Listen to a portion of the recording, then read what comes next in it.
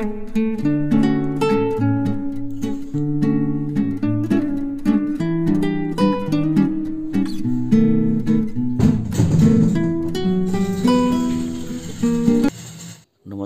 আজি এটা ৰঙালাওৰ ৰেচিপি লৈ আহিছোঁ।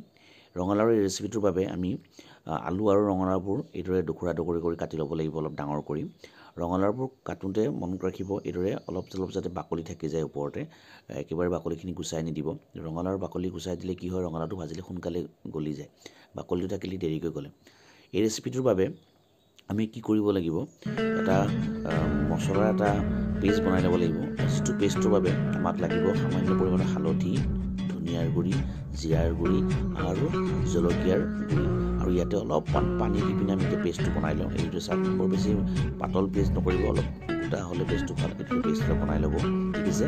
এইদৰে পেষ্টটো প্ৰথমে আমি বনাই ল'ব লাগিব।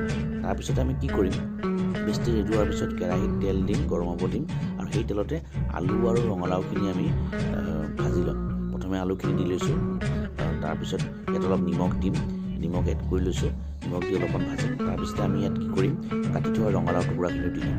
এইদৰে আলু আৰু ৰঙালাওখিনি আমি অলপ কিছু দেৰি সময় আমি ভাজি ল'ম, ঠিক আছে। এইদৰে আমি ভাজি ল'ম। মই ইয়াতে ৰিফাইন তেলেই ইউজ কৰিছোঁ, কিন্তু আপোনালোকে মিঠাতেল দিও ইউজ কৰিব পাৰে, একো ডাঙৰ কথা নহয়। ইয়াতে আমি এতিয়া হালধি দিছোঁ, হালধি দি অলপ দেৰি লাৰি ভাজিম আমি। এইদৰে চাওক, ভাজি ল'ম। ভাজি পিনে আমি এইখিনি যেতিয়া অলপ ভাজা হৈ যাব, তাৰপিছত আমি কি কৰিম, এইখিনি নমাই থ'ম। এইদৰে আমি নমাই থৈ দিছোঁ, থাল এখন আমি নমাই থৈ দিম গোটেইখিনি। তাৰপিছতে আমি কি কৰিম, কেৰাহী ল'ম। এইদৰে চাওক, ভজা হৈ গ'ল। এতিয়া আমি কেৰাহী ল'ম, কেৰাহীতে আমি অলপমান নৰসিংহ পাত, অলপমান মোৰ বেছি নাছিল, বেছি হ'লে ভাল আছিল, কম আছে বাবে মই অলপমান দিছোঁ। সেইখিনি ভাজি পিনে আমি উঠাই থৈ দিম। নৰসিংহৰ পাতটো উঠাই থৈ দিছোঁ। এই ৰেচিপিত নৰসিংহৰ পাতটো দিলে খাই অলপ সোৱাদ লাগে, সেয়ে মই নৰসিংহৰ পাত দিছিলোঁ। এতিয়া আমি সেই একেখিনি তেলতে তেজপাত দিছোঁ। তাৰপিছতে আমি ইয়াতে গোটা জিৰা, গোটা ধনিয়া আৰু চব গুটি অলপমান দি দিছোঁ, দি পিনে চম্ভাৰ মাৰিম। আৰু এই চম্ভাৰতে আমি কি কৰিম, অলপ যেতিয়া এইখিনি ভজা হৈ যাব, এই চম্ভাৰত আমি কিছু পৰিমাণে ইয়াতে বিলাহী দি দিম। মই এটা বিলাহী দিছোঁ, আপোনালোকে পাৰিলে দুটাও দিব পাৰে। এটা বিলাহী দিম, দি পিনে বিলাহীটো অলপ দেৰি ভাজি ল'ম। বিলাহীটো ভালকৈ ভজা হোৱাৰ পিছত ইয়াতে আমি অলপমান নিমখো দিম। নিমখ দিলে কি হয়, বিলাহীটো সোনকালে গলি যায়। নিমখ দি পিনে আৰু অলপ দেৰি ভাজিব লাগিব, এইদৰে লাৰি থাকিব লাগিব। নিমখটো আগতে দিব লাগিছিলে, মোৰ অলপ দেৰি হ'ল। এতিয়া আমি ইয়াতে কি কৰিছোঁ, আদা আৰু কেঁচা জলকীয়া এটা পেষ্ট দি দিছোঁ, আগৰ পৰা ৰেডি কৰি ৰখা।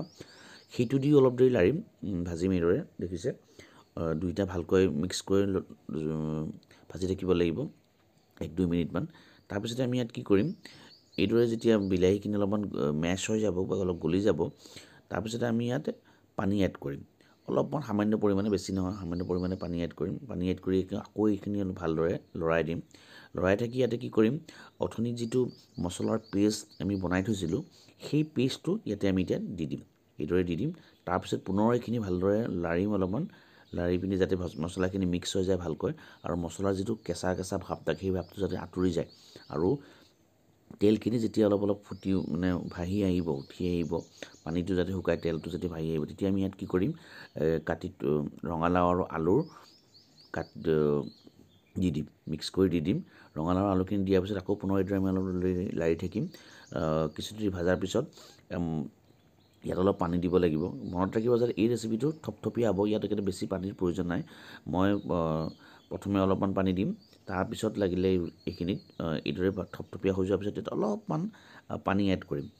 প্ৰথম অৱস্থাত অলপমান এড কৰিম। তাৰপিছত কি কৰিম, যেতিয়া এইখিনি পানী শুকাই যাব আৰু যদি অলপ সিজিব বাকী থাকে, তেতিয়া আৰু অলপমান এড কৰিম। কিন্তু একেবাৰে বহু বেছি পানী ইয়াত এড কৰি নিদিওঁ। এতিয়া আমি গেছৰ জুইটো বঢ়াই দিম আৰু এইখিনি অলপ উতলিব দিম, পানীখিনি শুহিব দিম, ঠিক আছে। এইদৰে চাওক, পানীখিনি অলপ শুহি আহিছে, আকৌ পুনৰ অলপমান ইয়াতে অলপ লাৰি দিব লাগিব। এতিয়া আমি কি কৰিম, ইয়াতে সেই ভাজি থোৱা নৰসিংহৰ পাতখিনি দি দিম। নৰসিংহৰ পাত মোৰ কম হ'ল, আৰু অলপ বেছি হ'লে ভাল আছিলে। আৰু লগতে কেঁচা ধনিয়া, ফ্ৰেছ কেঁচা ধনিয়াটো আমি ইয়াত দি দিম। দি পিনে পুনৰ অলপমান ইয়াত এইটো মিক্স কৰি ভালদৰে লৰাম। এইদৰে চাওক, ভালদৰে পুনৰ লৰা হৈ যোৱাৰ পিছত এতিয়া আমাৰ প্ৰায় ৰেচিপিটো হ'ব হৈছে, আৰু ৰঙালাও আলু প্ৰায় সিজিব হৈছে। এতিয়া চাওক ইয়াতে মই অলপমান চেনি দি দিছোঁ, যিটো সম্পূৰ্ণ অপশ্যনেল হয়, আপোনালোকে বিচাৰিলে নিদিবও পাৰে, মই দিছোঁ।